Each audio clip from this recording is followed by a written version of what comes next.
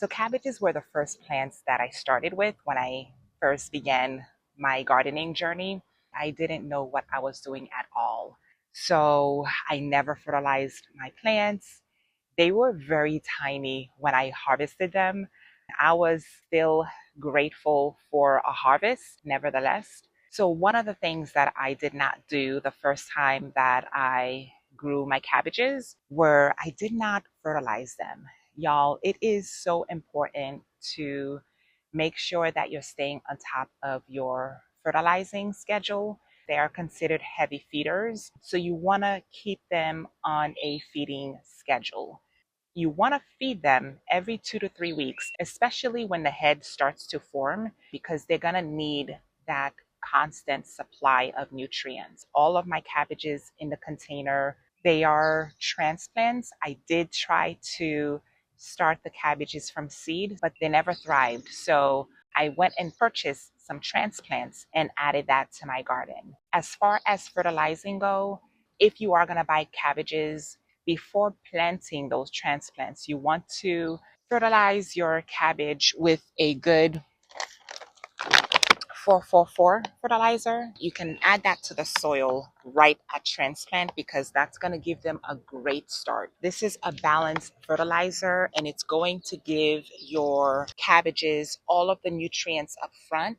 You can also add bone meal at planting and then add it again when the head starts to form, because bone meal is what's going to support them with root development and also for the head formation. You can't go wrong with eggshell powder. This is my homemade eggshell powder. As you can see, it's almost done, y'all. It's almost done. So the eggshell powder is going to supply it with the calcium that it needs. And you can add some to the soil at planting as well. And then you can scatter it maybe once a month on the soil to prevent calcium deficiency. As far as caring for the cabbages, you want to ensure that the soil remains moist, but not soggy, so it doesn't get root logged, but it needs to remain moist. It needs about 1 to 2 inches of water per week. Don't wait until the soil completely dries out. Now, the other thing is you want to watch out for pests. Okay, so look at my cabbage leaves, y'all. Like, it has been devoured by Lord knows what. Look at this.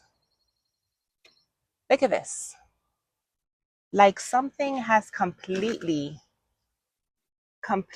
eaten up my cabbages. And I think I know what it is. Yesterday, I caught this little bug that was like right there on the netting. And just right when I was going to remove it, it like hopped somewhere else. So I don't know what type of bug it was, but I'm assuming it was there for the cabbages because it was near the cabbages, right?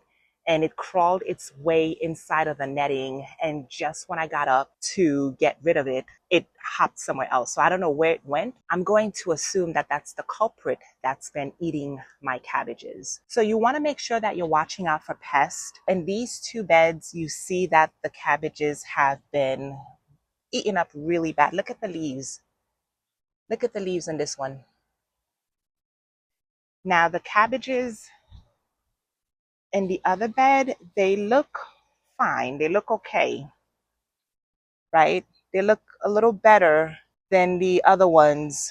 But yeah, that's what you want to do. You want to be watching out for like the cabbage worms. You want to be watching out for aphids, for slugs. Some of the natural things that you can do to deter bugs is you can companion plant them with like different flowers.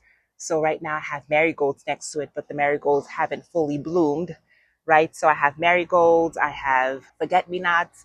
You can also use neem oil. Make this little concoction that has neem oil. I don't know the full ingredients because I haven't made it myself, but that is another natural way that you can repel like the pests. You can also buy row covers. They have covers that you can put on top of your plants. That may be something that I'll consider next time.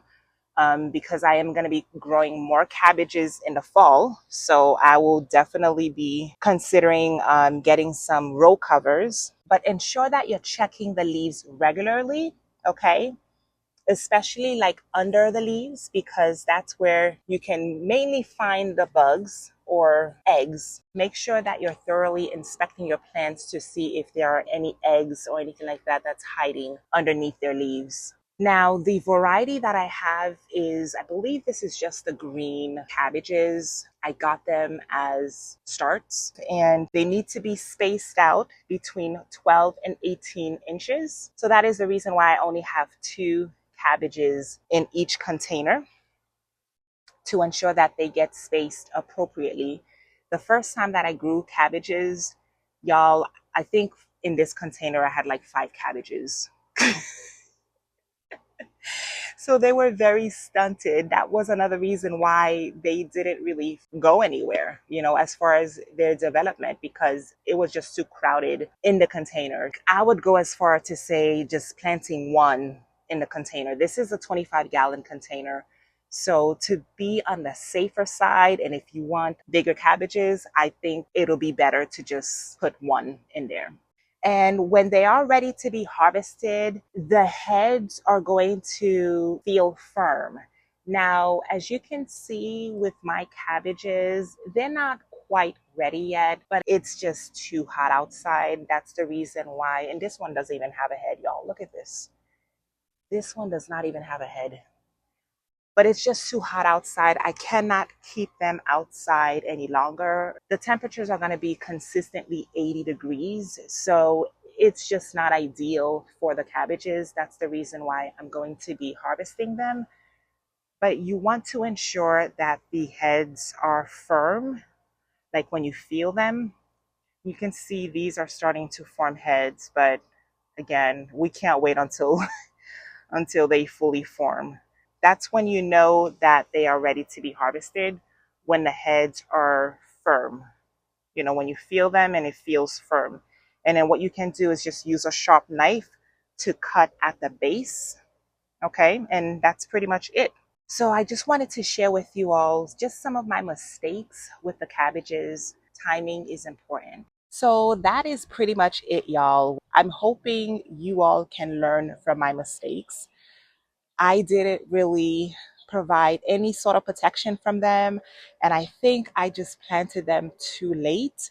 So therefore, they didn't have the time to fully develop, right, the proper way. I'm harvesting them early because it's just way too hot outside. But the more I grow cabbages, y'all, the better it'll get. So if you are new to gardening, just remember that this is a journey. This is a journey. So mistakes are going to happen along the way. You just have to continue moving forward and learn from those mistakes and have fun. Have fun. It's supposed to be fun as well. I hope you all found this video helpful. And if you did, make sure you hit the like and subscribe button. Don't forget to check out my previous video, and I will see you all in the next one.